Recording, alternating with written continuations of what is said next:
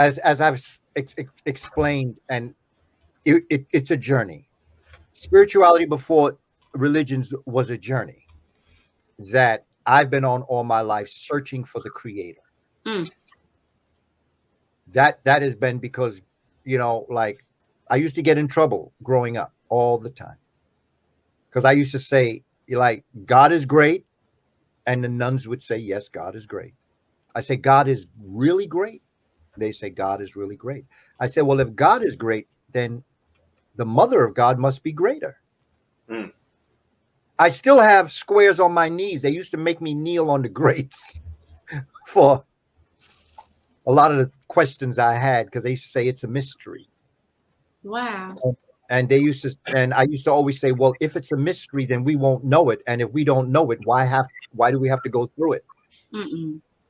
Because in my mind, I was trying to figure out, well, mystery? What are you talking about, mystery? Ain't nothing a mystery. I'm looking at it right now. And so it was a journey. And what I wanted to do in the book was, I didn't mention one religion in the book, did not insult people. I don't have a religion for anybody to take. So I'm not writing the book for you to leave your religion because I don't have anything to give you. So it would be wrong for me to take what anchors you and then not have anything to replace it. I just wanted to make us think. And I have a lot of respect for Christianity. Dr. Amos Wilson tells us that a good organization solves its people's problems and meets its people's needs. Mm. When we were on the plantation, Christianity helped us. It's what supported us after all that we were going through, the pain, the agony, generationally, that we were going through. This story of Jesus the Christ was a crutch to help us live to the next day.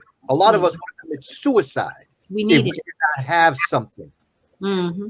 So I respect Christianity, and I respect what it did for us. But I also understand something else. I also understand that a spiritual system that no longer meets your needs and solves your problems is like carrying the boat on your back after you cross the river. Mm. The boat was very important to get you across. But if you keep carrying it, once you're on land, it becomes a burden. I don't say destroy the boat, keep it docked, because you don't know if you got to go back. But don't carry the boat on your back. Don't allow what helped you to become a burden for you. And so I wanted to examine African writings, the scripts, the Memphite text, the Shabaka stone, pyramid text, the coffin text, the Book of the Coming Forth Today by Night, the Aten text. I wanted to study them to be able to show whatever religion you belong to, I can show you where your scripture are.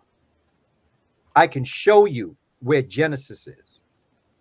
The newest book I have that's on Kindle now, it's going to become paperback in a few days, but right now it's on Kindle. This book grew out of spirituality before religions. Shabaka's Stone. This is my third book. It's on Kindle now. And what I'm attempting to do is I can show you the 5 books of Moses in the Shabaka Stone. I can show you Jesus Christ in Shabaka Stone. I can show you where all those stories came from Africa. I ain't got a problem with Christianity or agnosticism or Islam or Hebrewism, or if you want to call it Judaism or Zoroastrian or Rosicrucian, from A to Z. I don't have a problem with those religions. I have a problem with the interpretations of those religions. Mm-hmm. At a very young age, I became a spiritual warrior, young. And so I was not impacted by other people's feelings towards me. I'm just telling you what I see, what I feel. I always respected other people's feelings. If and that's their beliefs, I guess. Their beliefs.